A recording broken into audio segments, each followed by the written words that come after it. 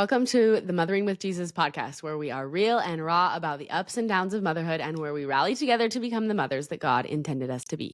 Today's guest is Brooke Talbot, and I'm so excited for you to hear all the wisdom that she has to share. She is in the middle of going through a divorce, and she has two small children, a 5 and a 3-year-old, and she shares such good advice about how to navigate a situation like this with small children that are applicable to all of us. Brooke is the owner of Steward of My Life, where she helps people to achieve their goals and their highest desires and really take charge of who they want to become in this life and partner with God to make that happen. If you have not left a review and you are enjoying this podcast, please take a few minutes to go and leave me a review. I absolutely love reading what you have to say, and it means the world and helps this podcast get pushed to more people. Thank you so much for being here. This podcast is brought to you by Oliveda.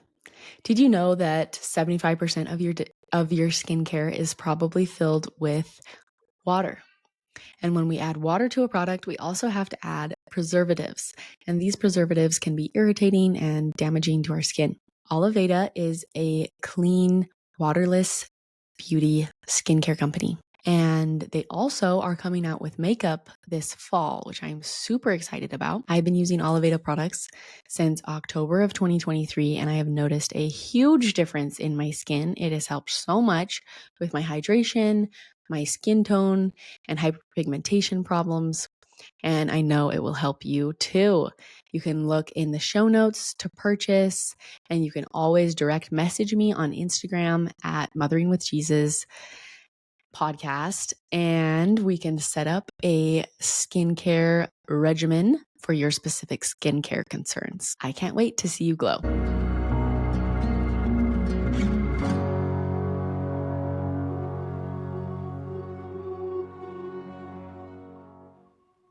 So, Brooke, tell us a little bit about yourself. You are in Linden, you have 2 children, and you just barely started Steward of My Life, or how long has this been? The idea has been there for years, and I kind of created my own goal system for myself maybe 4 or 5 years ago, but my official business started this year in February. So I it's love it. been exciting. Yes, I have 2 kids. I have a 5 and 3-year-old, and I am ex-corporate America. I worked for I've been a working mom, a stay-at-home mom, a mompreneur, and a single mom. Some of those have mixed in together, but life is crazy, but life is good. Hey, I love it. And tell us about Steward of My Life. What is it? Yes, so it starts back, and I guess the idea originated. I've always loved goals. In fact, my favorite holiday of the year is New Year's Eve. And I've had my own personal struggles with goals like everybody else. But in corporate America, my last role, I worked as a decision science analyst. And basically, my job was to help executives and leaders reach their goals, but using data. And what was so interesting, and the thing that I learned in that job, was that 100% of the leaders that I worked with did not know what was actually impacting their goals. The things that they were trying to do to reach those things were not actually the things that were moving the needle. So as I started learning all of these things, I thought, I can take the things that I'm helping them with and I can apply them to my own life, but in the things that matter most. Mm-hmm. So that's what I created, a goal system for myself at a really dark time in my life to try to take ownership, being a steward of the different areas that God has given me in my life. Mm-hmm. And that's where it was born. I love that. And I saw in your bio that you put God as your coach. And I really love that because the whole coaching world is really popular. And I've had several life coaches on, even just on the podcast, and it has been really cool to learn from them. But it was so interesting. A while back, I was thinking about life coaching, and I've been listening a lot to Jody Moore. And so I like to listen to her podcast. And then it just like dawned on me that like God is my life coach. Like he knows exactly what I need to know, what I need to change, like what the reality is, my situation, and what I'm doing to stop my own progress.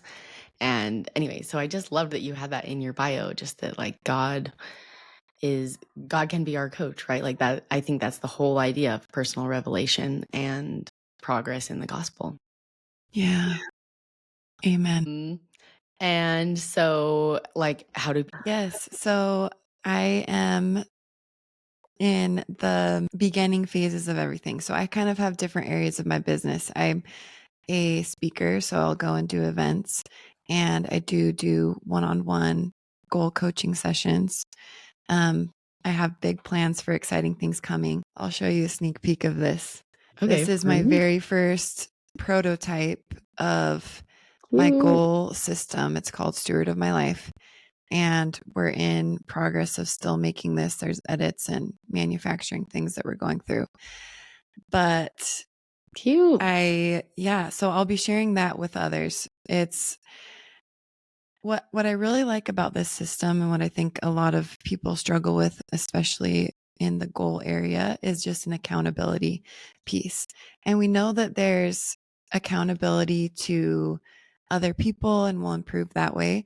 But this system is designed so that you can have accountability to yourself Mhm. and not creating a dependence on somebody else, but giving you the tools to be able to steward your life, a different way of thinking about things and tracking that we used in proven settings, right, in corporate America, that will help you move the needle on those things. So there's going to be a system coming out. I'll be doing a pilot program on that, and I'm working on a workbook called My Divine Blueprint that I'm excited Wow. about as well.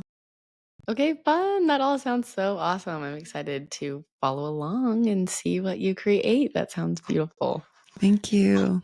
That's so neat. I am just all for people doing amazing things to help other people progress and become who they need to be. Like that's kind of my slogan with this podcast. Like I just want us to become the mothers that God intended us to be. Like I think often about getting back to heaven, and we believe in the pre-existence, and that I don't know how much we really knew or planned before we came here, but I do believe that we had expectations for ourselves.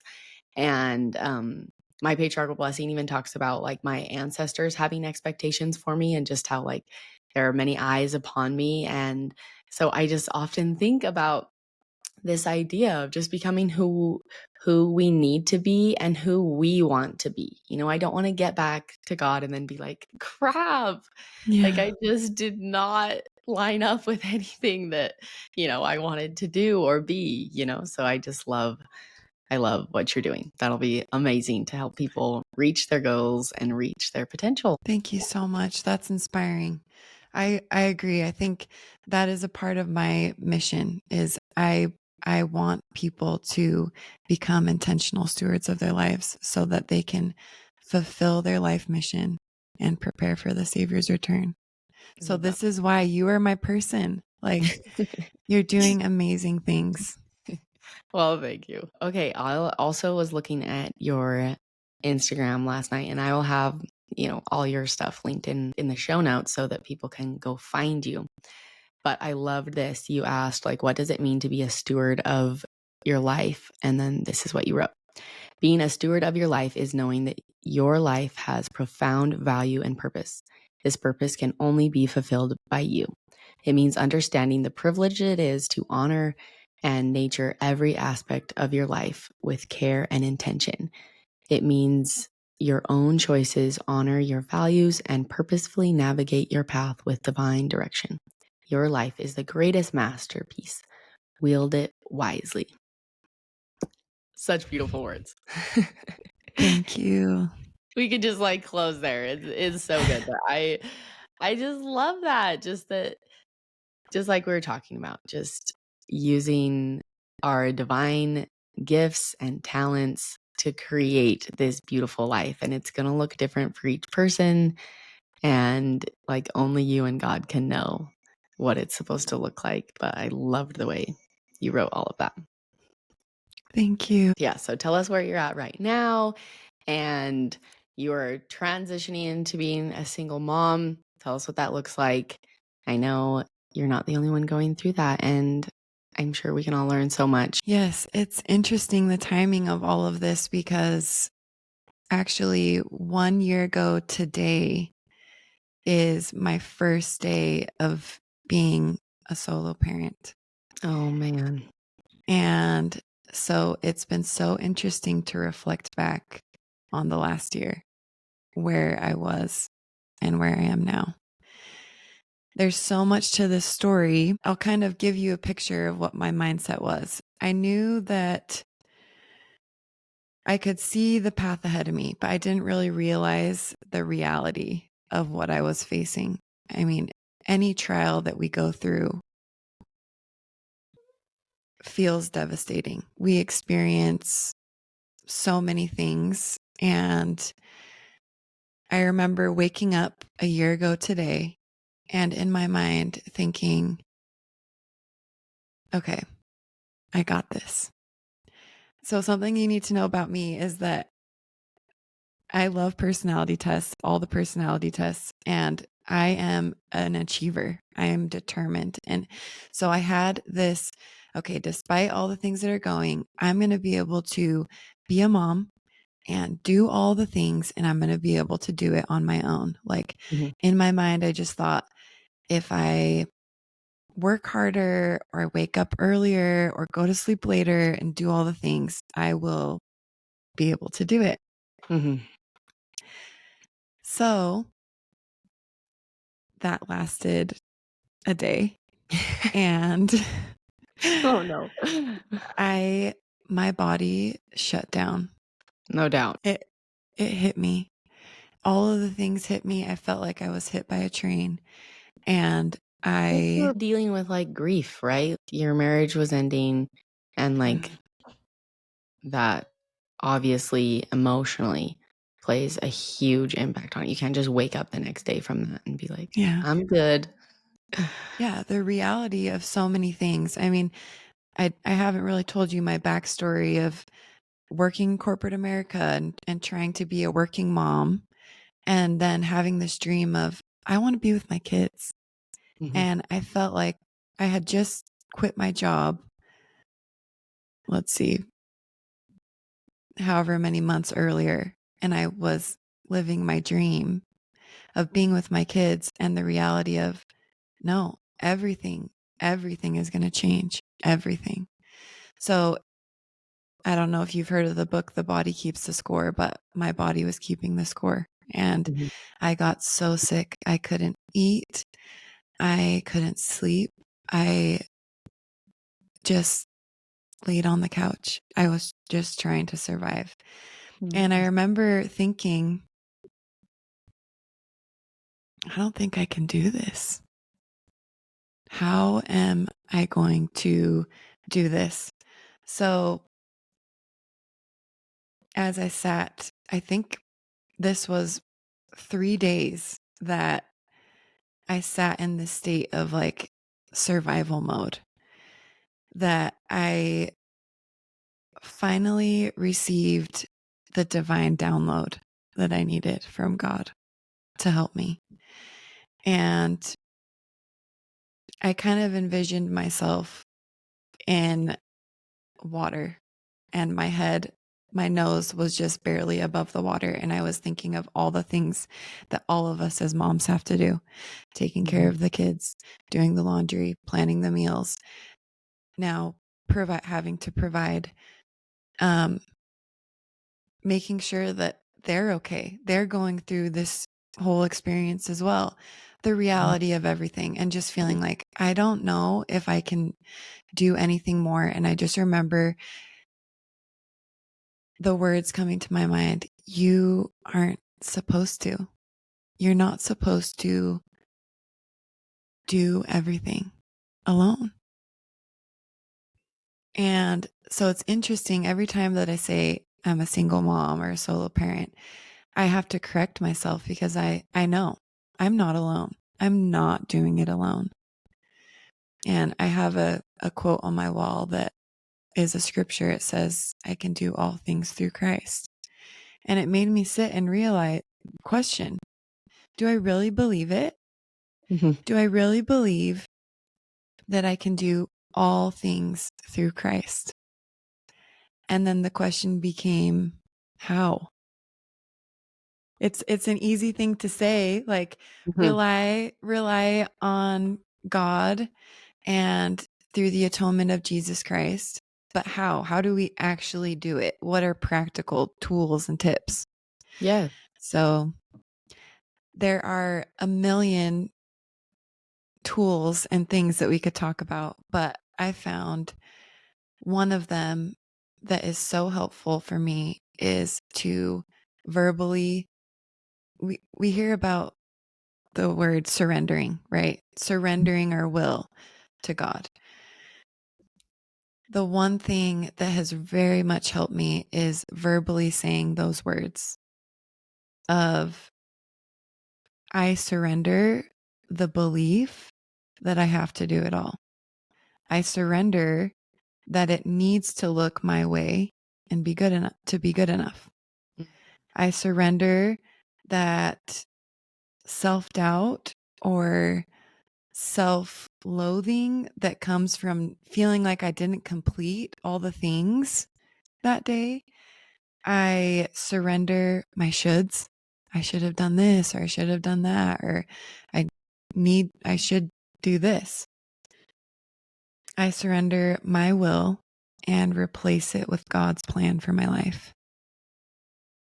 Literally, like envisioning myself verbally saying, I surrender these things. I need to say it in my mind to be able to help me make that transition from just a thought to actually implementing it in my life and being Mhm. okay with the situation.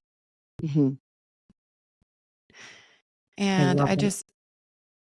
I just remember God saying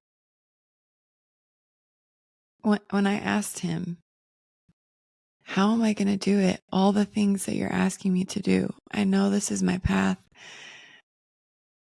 I remember him saying, I will show you. I will show you how I will make more of your life than you can. And you will know that it is by me, Mm. not by anything that you do or your willpower, your determination, your achiever.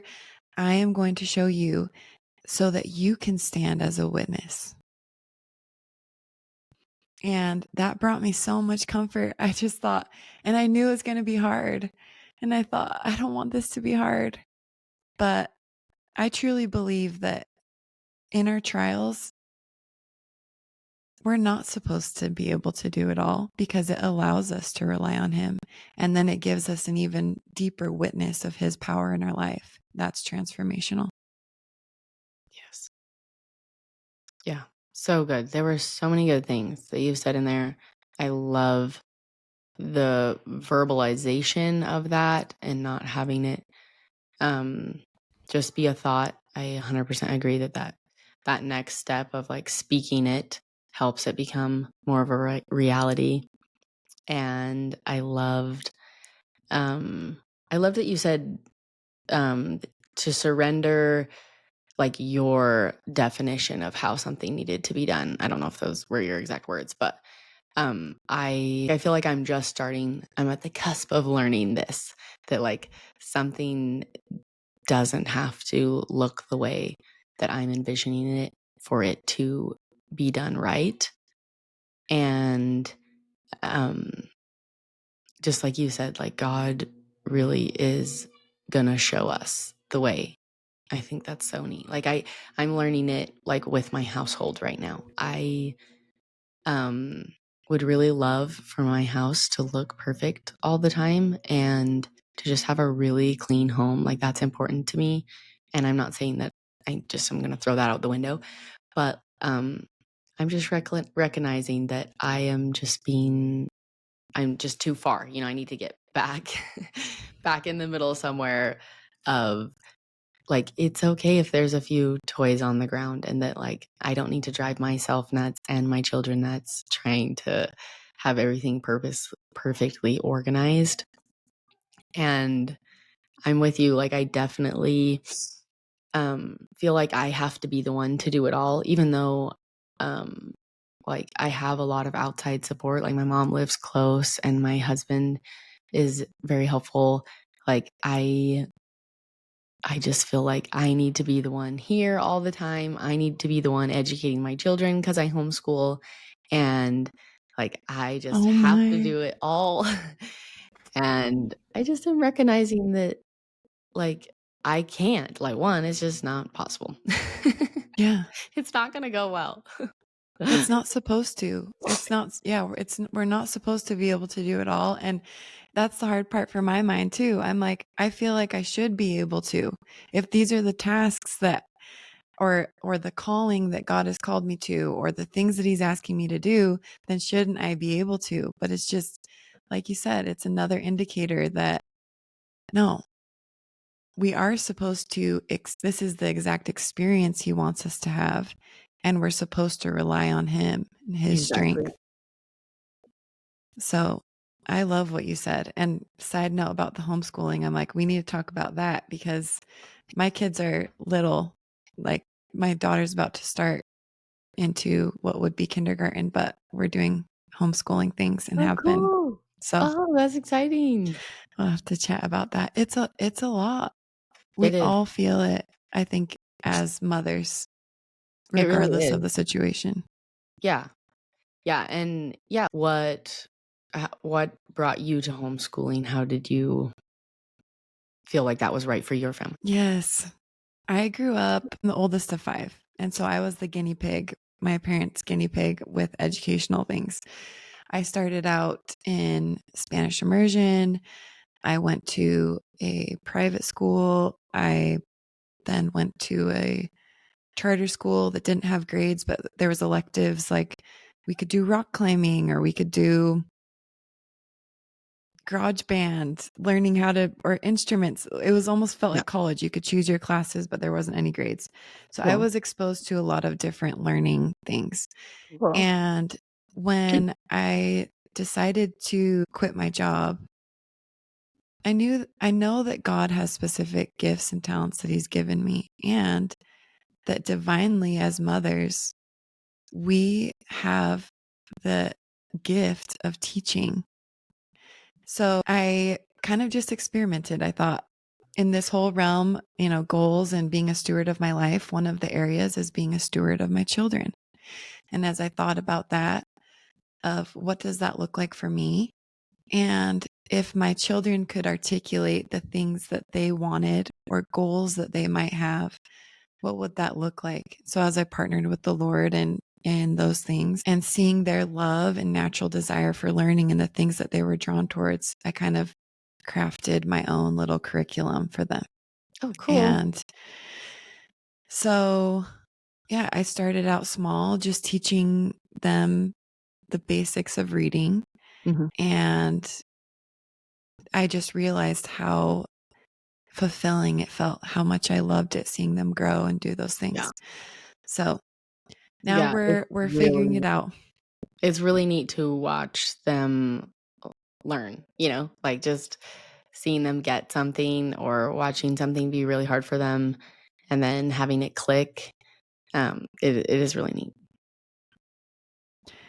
No one's gonna care more about how they're doing than you, you know? Like, Yeah. I say it with health too, and, like, a doctor's not gonna care as much about your kid's health as you are, no matter how good the doctor is, like, they can Yeah. obviously help and be insightful, but, like but, like, And you as get far as that divine inspiration. And as you see what you can customize it, you can change on a exactly. dime. You see what they're interested in, and you can you can do a deep dive or what they are struggling in and sit with them. You can help them with their emotions. It's just like amazing.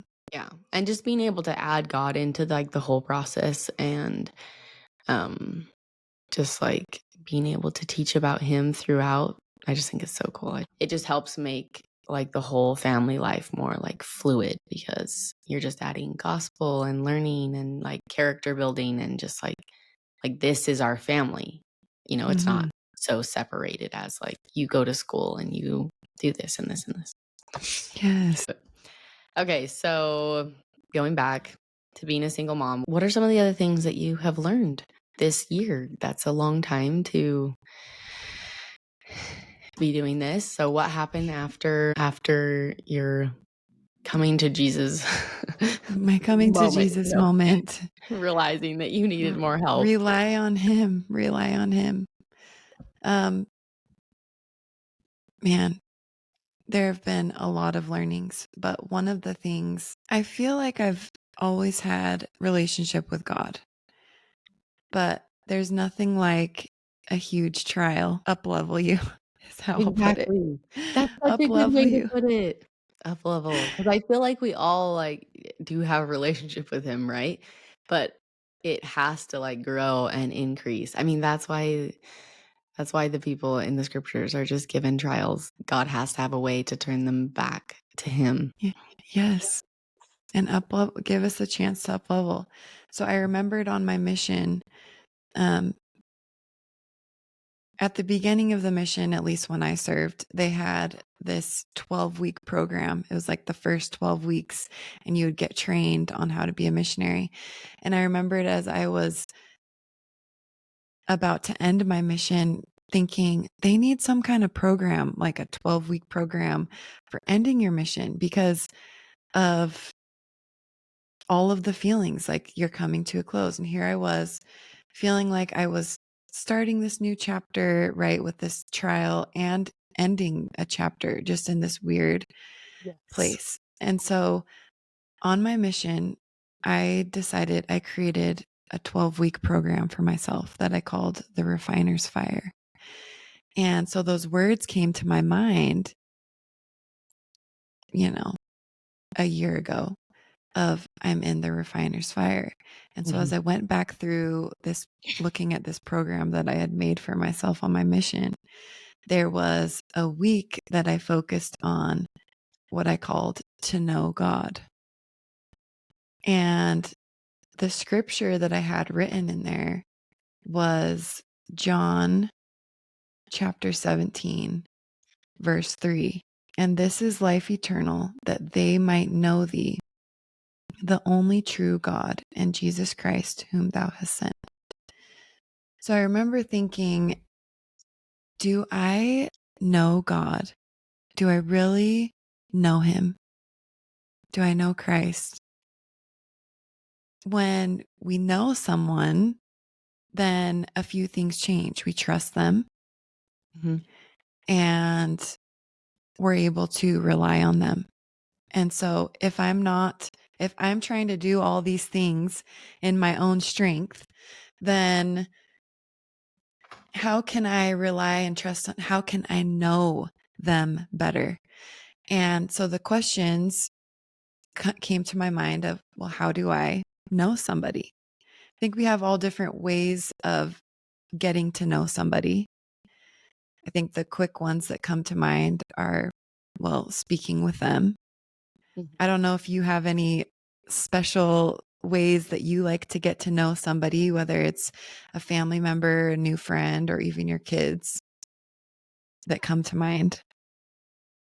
Yeah, not particularly. Just spending like I think one-on-one time is so important, like with children especially. I think of that like yeah, I just feel like that really helps to grow the relationship. Yeah, the one-on-one time. Yeah. I love that.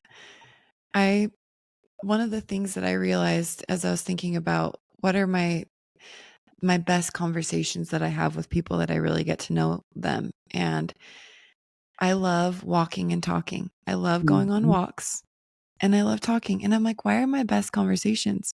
I don't know if that's just a me thing, but I actually was looking up the research on this. And as we're focusing on something that doesn't require a lot of brain power, like walking. You don't even Mhm. have to think about it. There becomes a synchronicity between our brain hemispheres. And so we're able to focus more, and it creates a these conversations. We're able to have deeper conversations and That's connect with cool. people on a different level. There you go. So I thought, I wonder, and wrote my whole list. Like, here are the ways that I like to get to know someone, or when I have deep conversations, what does it look like? And I thought, okay, how can I do these things with God? Mhm. Is there a way for me to do it with God? And so the two things, I mean, there's many things, but the two things that I really loved that came to my mind of what I should start doing is walking and talking with God. Mhm. Love it. And that was a game changer for me. My brain can be easily distracted with all the things that I have to do. But as I would walk and talk, or even driving, I know many people driving and saying a prayer out loud, Mhm. speaking, that is a game changer. Yeah. I And have a sister who has been running for years. She like doesn't go far, doesn't go fast, but she like every morning goes out on her little jog and just talks to God and like out loud literally is just like yada yada yada. Yada. And she's like, my neighbors probably think I'm insane. But like she is the mother of 8 kids and like that's how she gets through. Is every day she just goes on her little jog and chats God's ear off. yes, yes, and it keeps you focused.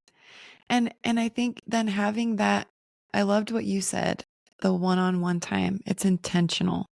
Yeah. And so I realized that I needed to up my game and letting God know that I was had specific time for him, and I was ready and willing to listen to him. Mhm. So I want to know what you want me to know, and I promise to do it, and Love I'm that. ready to hear it. So what that looks like for me is getting a notebook. I keep a notebook by my bed. Mhm. I have a lighted pen, and I tell him if there's something you want me to know. A lot of my inspiration and revelation does come in the quiet moments. And the few times that I have quiet moments are like at 3 a.m. So Mhm. I tell him I'm ready, and I'm ready to write it down, and I'm ready to do it. And I have when I'm reading my scriptures, I make sure that I always, even when I don't feel like it, I consciously open a journal and have a pen that's ready to write. And I keep a note on my phone dedicated to that space. So if I'm out Yeah. and about, so creating those virtual spaces, or just, and making that commitment, Mhm. is, I needed that inspiration. I wanted to know him. I wanted to be able to rely on him and trust him even more. And I knew I couldn't do it on my own. So tell me, Mhm. how do I prioritize? What do I do next? I'm ready to do it. You tell me. Mhm.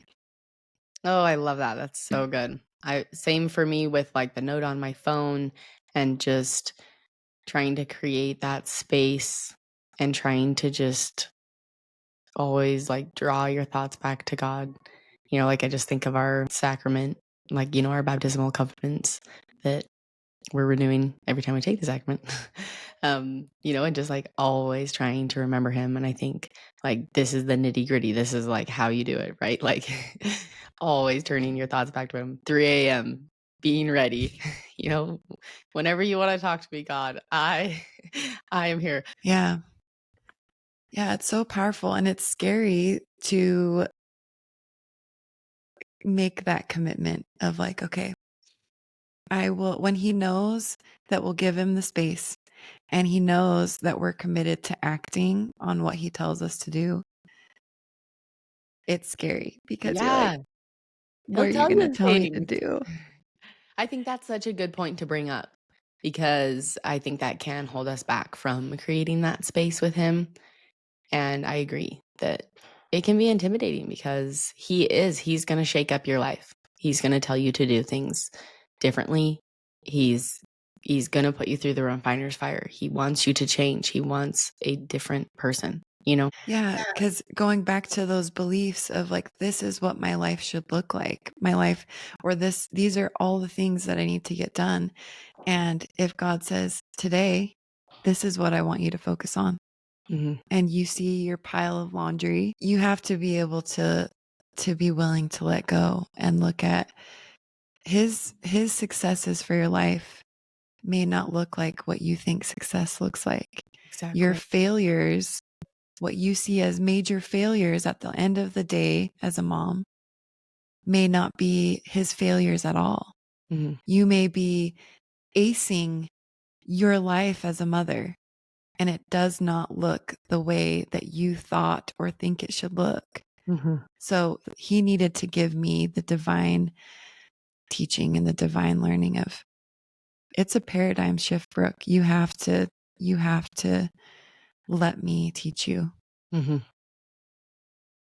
love that. And when we hand it over to him and surrender, everything changes. He really can carry the weight of our burdens and our trials. So what did that look like for you after you surrendered and verbally started surrendering? What changes did you feel inspired to make, and how did you get through this last year? Yeah, I remember him asking me, like, feeling, I definitely was in this moment of feeling like a victim. This is what's happening to me. Yeah. And having the realization of that wasn't true, that this could be a gift, that this could be a blessing. And in seeking out, trying to grow closer to him, really relying on him, the things that he would say, and asked me, what is it that you desire? And I just actually came on this scripture again. Let's see. It's in Alma 29, verse 4. And it says, I know that he granteth unto men according to their desire. He decreeth unto them decrees which are unalterable according to their wills. And the chapter goes on and talks about desires. When he asked me this, like, what is it that you want? What is it that you really want? And this is a side note, but there is this study that was done by Harvard, and it's actually the longest study that was ever done for the adult human life. Okay, cool. And what they found was that people were not able to articulate what they really wanted when they would be asked this question with, what do you want? And what, through this lens of like happiness and achieving, they were not able to actually articulate it. I think a lot of times when we are asked that question, it's like, oh, of course I know what I want. But when the pen goes to the paper, like, can you actually write down, this is detailed what I want for my life? And so I had to do some soul searching. Like, what is it that I want? I know that I have to start providing. I also know that I want to be with my kids. I know that I want to teach them, and I don't want to go back to my corporate America 9 to 5. But what is that going to look like? And I feel like I'm drowning with all of the things that I'm already having to do on my own. And so as I relied on him, you would think that the story goes like, oh, it became easier, but I feel like it became harder. I feel like he started asking me to do more things. He said, I want you to start your business. I want you to start sharing parts of your story.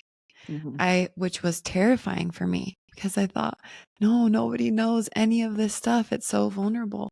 But he started to change and grow me. And there was nights I'd wake up 27 times, because of kids. And there have been days of piles of laundry, and there have been awesome days where I'm like super mom and I'm getting all the things done. And as I'm reflecting back, that promise that he made to me at the beginning, I will show you. I look at my life and I think all of the things I should still be laying on that couch. Should still be laying on that couch, unable to do anything. And look at what he has done with my life. He's helped me start a business. He's connected me with amazing people. He is helping me teach my kids. I'm still able to get laundry done. And sometimes. And yeah, it might take a little longer. Plan healthy meals once in a while. Like these are the everyday miracles. And it's the little things. He is not, the path that I'm on required me to walk through the Red Sea and feed 5,000, but he didn't make me do all of those things. He just had me bring the little piece of bread that I have, and he's multiplied it. Mm-hmm. And I've seen miracles. I've seen his hand. I've felt strengthened. I felt so, this is the biggest thing. This is the most mind-blowing thing for me because I've never had this experience before. But while this last year, I've felt the most pain that I've ever felt in my entire life, I have also felt the most peace that I've ever felt. And I never knew it was possible to feel those two things at once, ever, so strongly. So he's changed me. I mean, I'm still in the middle of it. I still have so many hard days that I still feel like my nose is above water, but I feel supported. I don't feel alone. I'm not a solo parent. I have the best partner that is helping me achieve things better than I ever could have on my own. That's so beautiful. I love all that. I love that you said that God, it didn't necessarily come out really easy, and that God didn't just make a whole bunch of problems go away, or, not require you to do things, that he actually required you to do more things. I think that's so interesting. I was thinking about, as you were saying that, this year I just have tried to grow closer to him, and saying he's asked me to start this podcast, and I've started going to the temple every single week, and just have really felt like that was important for me. And it is so fascinating because this is at a time where I have the 4 children. And like I said, my last she's amazing, but she just needs me a lot. And that's totally fine. That's where we're at, like she just needs me. And I'm very happy to be needed. If she ever listens to this someday, like she's the best ever. But like I have just been drowning. It has been such a busy time, and it just has been really busy. And so it's fascinating that at such a busy time, God would be like, no, I need you to do more. And then like through those things, even though it is more and it is more responsibility, and I'm still trying to figure out how to juggle like when to edit this podcast and the uploading and all the things, and like reaching out to people still intimidates me, that like it really is like for me, like God has blessed me so much going to the temple every week, and he has blessed me so much through this podcast, sending me literally every week. He just like sends me the person that I need. He sends me the information that I need for my mothering. I don't even know if this is helping a single other soul out there, but like it's helping me so much. God is just like, okay, and here you go. Here's your inspiration this week. And like literally you and all the people that come on, like as I listen and re-listen to these, as I edit them, everybody's wise words just stick with me, and they're just exactly what I need. So God really is so good, even if he's requiring you to do more things, it is out of infinite love because he has a beautiful plan for you. You are amazing. And I just feel that from you. And I mean, this might be off the record, but I I think you're so divinely inspired. Like I feel that spirit from you, and having the courage to do this and all the time that it takes to do that, despite all of the things that you have going on. I mean, I don't even know you. Like, I don't know the trials and all the things that you're going through, but just knowing that we all have this human experience of suffering that we go through, and trials and amazing things. Yeah, I guess going back to that study of like putting pen to paper, that was one of the things that I started to do. I was like, what is it that I actually want? What do I want my life to look like? I want to be home with my kids, and I want to do all of those things. And some of the questions that came up for me, especially as being a mom, was, what is it that I want to teach my kids through this experience? What is it that I want them to learn from me as they're observing it, as they're going through it? And maybe it's not even learning from the trial that we're going through, but at the end of our life, or once as they're an adult, like, what kind of things will they say? This is what I learned from my mom. Mhm. And I love that perspective. I loved this quote. It's by Elder Oaks. So it says, this is one of the key things. Like, I knew that it's just interesting because it's all in hindsight, It's like, what do you want? And then you read these scriptures, and it's like, he grants us according to our desires. And then you start reading conference talks, and you find this one by Don H. Oaks. Desires dictate our priorities. Priorities shape our choices, and choices determine our actions. The actions we take will shape our lives and determine our ultimate destiny. And so this was just right out of the book of exactly what I needed. Because with so many things, how do I prioritize what's actually important and what Mhm. actually matters most when everything feels like it's on fire and everything matters? Like, everybody has to eat, Mhm. everybody has to take a shower. We can't like live in a pigsty. Yeah. So when we understand what our desires are and we actually articulate those with God, and we're having these conversations, then we'll be able to understand more clearly what our priorities should be. And as we know what our priorities are, according as we're living with God, then He helps us change our choices day to day. That might look different. It's going to look different for me and for you, and it's going to look different tomorrow, maybe. Mhm. And then that shapes our ultimate destiny. So, talking about the little teeny choices that we make and where we end up,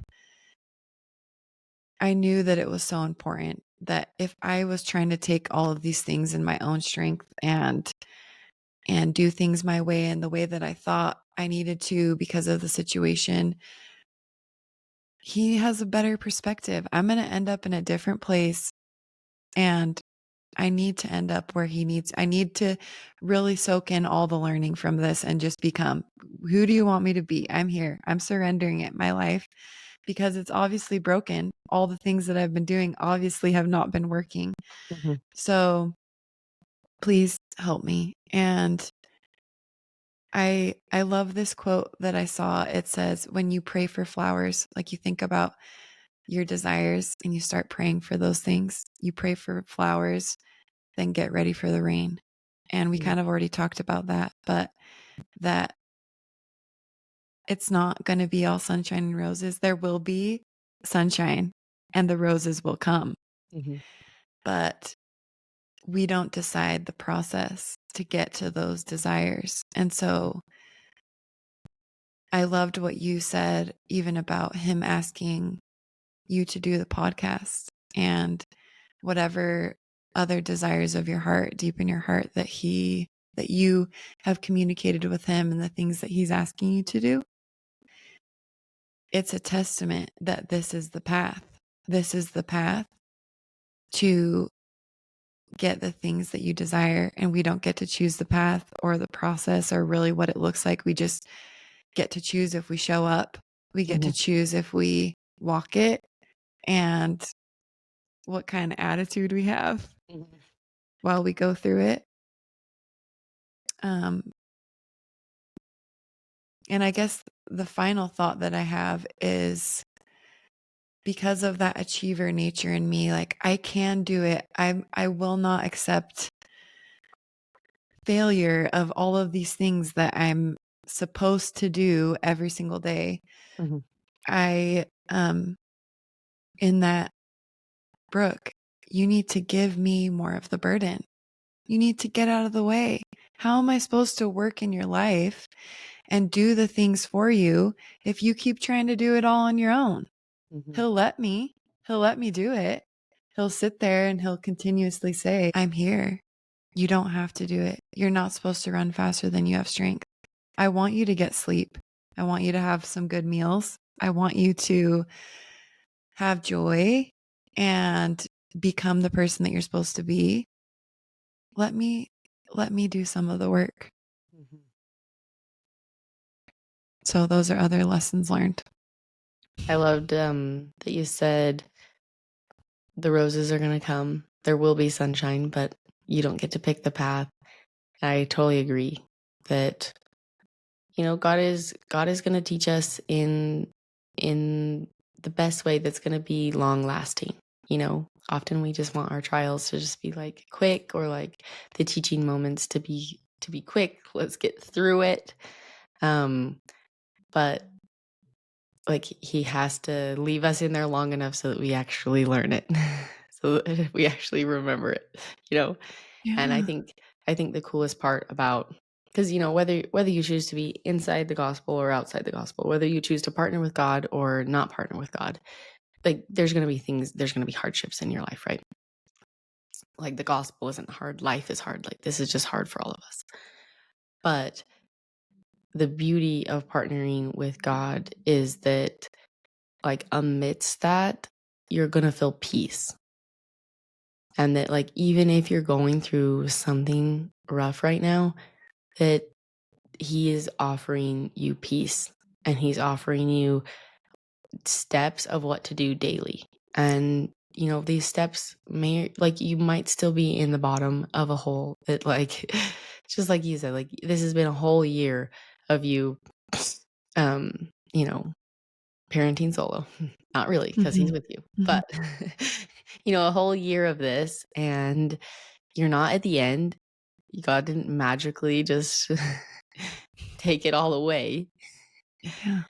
But I'm sure, just because of my experiences, that he's given you peace through it. And to me, I mean, like, that's the ultimate, right? Like, no one else can give us that peace that Christ and God can give us. That's the sustaining thing, is that peace is a game changer. It changes everything. Yeah, I just think, recapping, the main three things is, we are never alone as we surrender and rely on the Lord. We will be able to accomplish way more than we can on our own. When we understand our desires and we grow our relationship with God and get clear on what that relationship, how we grow that relationship with him for us personally, it changes everything. He is our coach. He is the ultimate coach. He will teach us, and we will become. And it's good enough. It's good enough now, and it will be good enough regardless of how it looks. I love that so much. And you've shared a lot of scriptures with us already, but were there any others that have helped? There's so many. Me and my kids, this is one thing really fun thing that we've done throughout this whole process is I started picking a scripture that I really needed. You know, those ones that you read and you think, okay, I needed that. That was for me. Hmm. And I'd print Sounds it like a out. hug from God. Yes. So I print it out. And we kind of have, because we do school, you know, every Yeah. day, we have this moment where we'll do the Pledge of Allegiance and then we'll do our scripture. And so I choose the ones that I needed and I wanted to remember and instill in me. And then we go through and work on repeating it with little actions and phrases. And that has Cute. sustained me, those different scriptures. And it's been so powerful to hear my children saying those words to me out of the mouth of babes. And there will be moments where, you know, my 5-year-old, even my 3-year-old will come up to me. And the most recent one that we've memorized is Enos 1:15. And it's whatsoever thing you ask in faith, believing that you'll receive in the name of Christ, you will receive it. And so it's just going back to those constant, He's there. He will answer our prayers. He does not go back on his promises. The things that he's promised for you in your life, in your patriarchal blessing, the personal promises that he's made to you in the quiet of your room that no one else knows about except for you. He has not forgotten about those things. He keeps his promises. And you ask, like, what a power that we can literally ask for whatever it is. And he, again, we don't get to pick the path and the rain will come, but he will fulfill it. Yes. It gives me such comfort. It's been sustaining for me. That's beautiful. So your kids are 5 and 3. Tell us a little bit about what advice you would give to another mom going through a divorce. What would you suggest for your children? What's the best way to help your children navigate a scenario like this? I think the biggest fear for me in all of this is how it's impacting them. And everyone's situation is different. And the reasons why, you know, things are happening or going through a separation or a divorce. And there's so many worries, like worry of judgment and worry of how am I going to do it all? And then how is this going to impact my kids? Yeah. So, first of all, knowing that if we truly believe that we are a child of God, and you think about how much you love your child, and that there is someone that is perfect, that loves them even more than you do, who is just as, if not more invested in their life and the outcome of their life. Mm-hmm. And again, looking at it from this lens of failure, like, oh, are they going to be messed up? How are they going to handle the situation? And am I doing enough for them? Knowing that God makes all things for our good, including your children, and he will guide you and partner with you.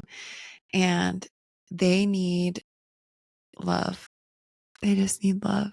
Mm-hmm. There are many hard days. I know that they always have emotions. They're so little. People wonder, how much do they understand? And, you know, I'll never know. But I believe that kids understand way more than we think they do. Oh, for sure.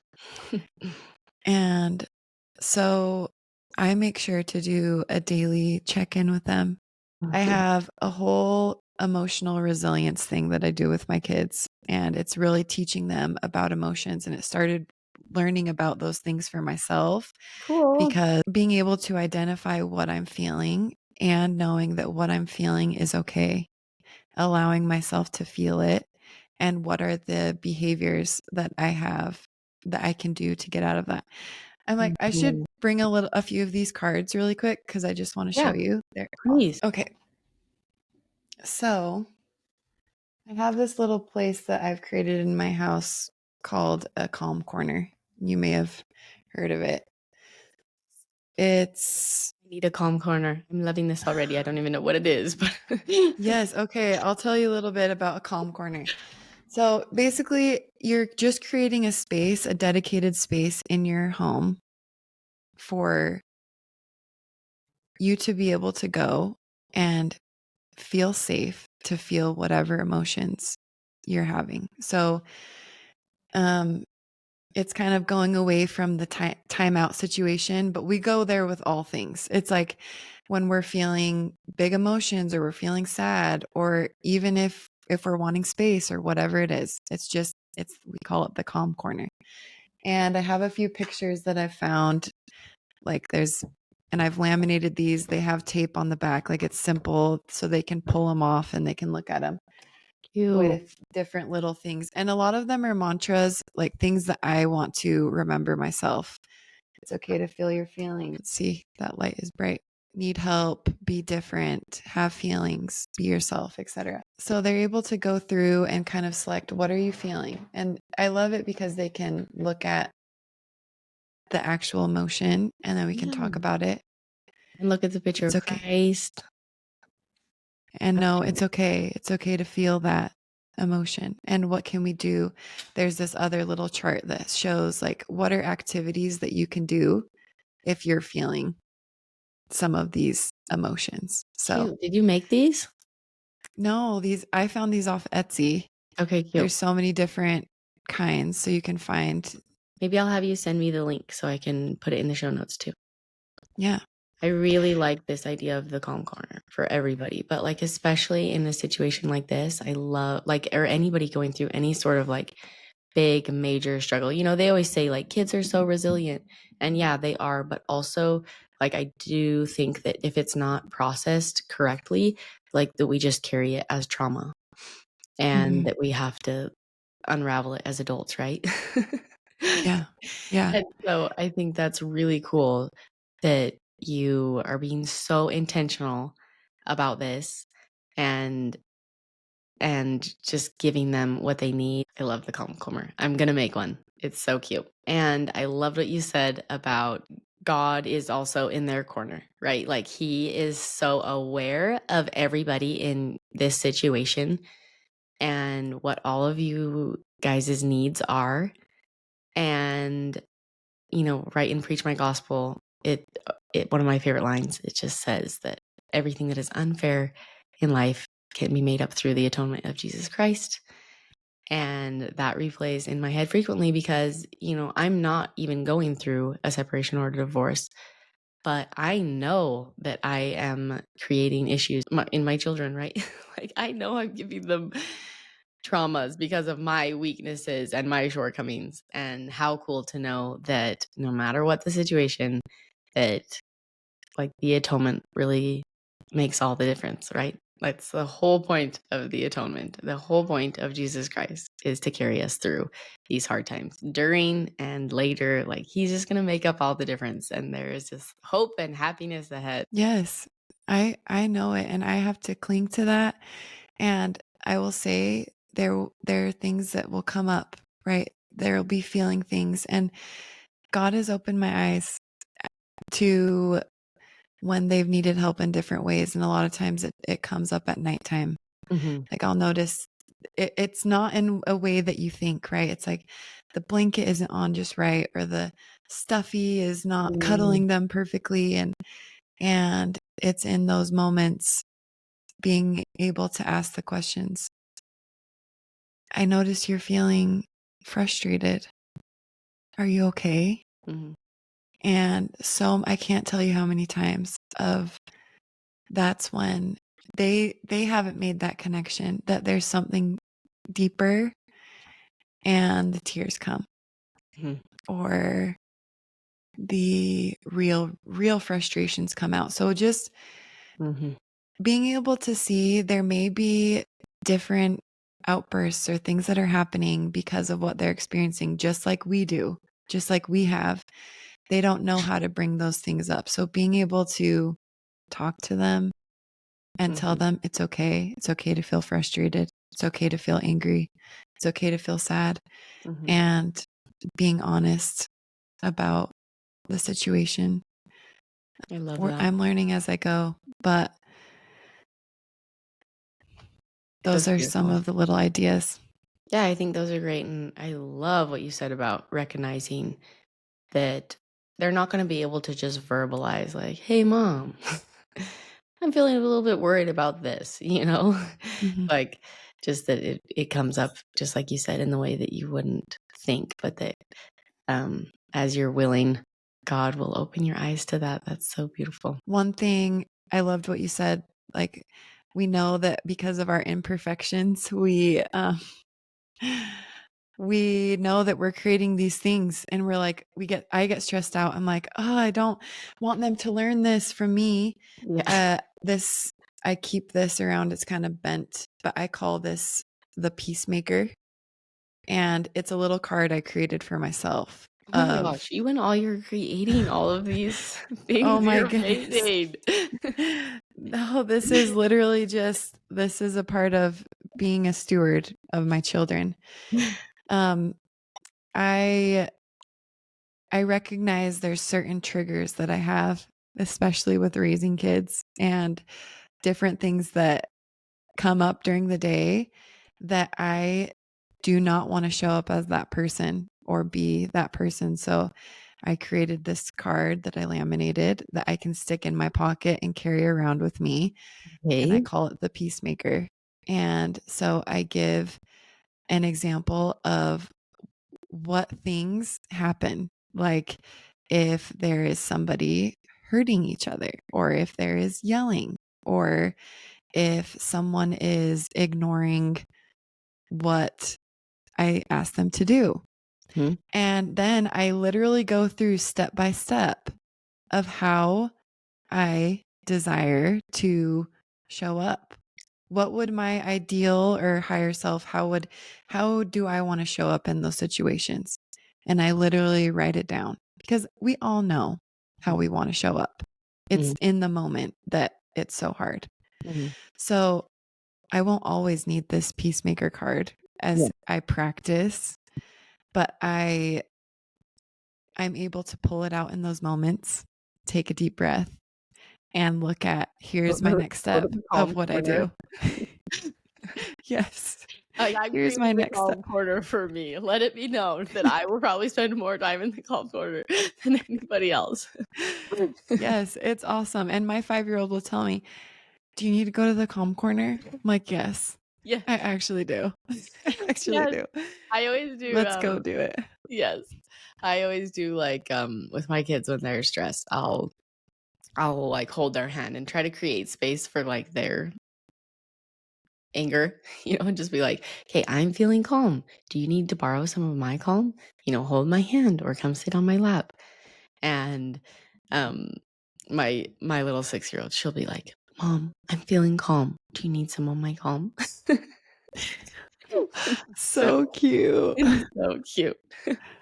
But then it makes me I feel love guilty. it. I'm like, I'm the parent. I need to be the one who has the calm. You don't have to give me your calm. The thing that we have in the calm corner, and I don't know if this is a good idea or a bad idea. We've had good experiences and a mixture in between. But for one family home evening, we decided that we would, because everyone, was feeling lots of big emotions. So Mhm. we decided to write down all of the ways that we are showing emotions inappropriately, whether it's yelling or there's biting or hitting. And we got little, or like squeezing, like pinching. So Mhm. we got little toys that if we feel like we're going to yell or hurt somebody, we can go and squeeze the squishy hammerhead shark, or we can Perfect. bite, whatever it is, a snack that's in there. Yeah, that's perfect. So many good tips and tricks. That's also awesome. Thank you for spending time with us and sharing all your things. I think you made some really helpful points. I loved it all. Thank you so much.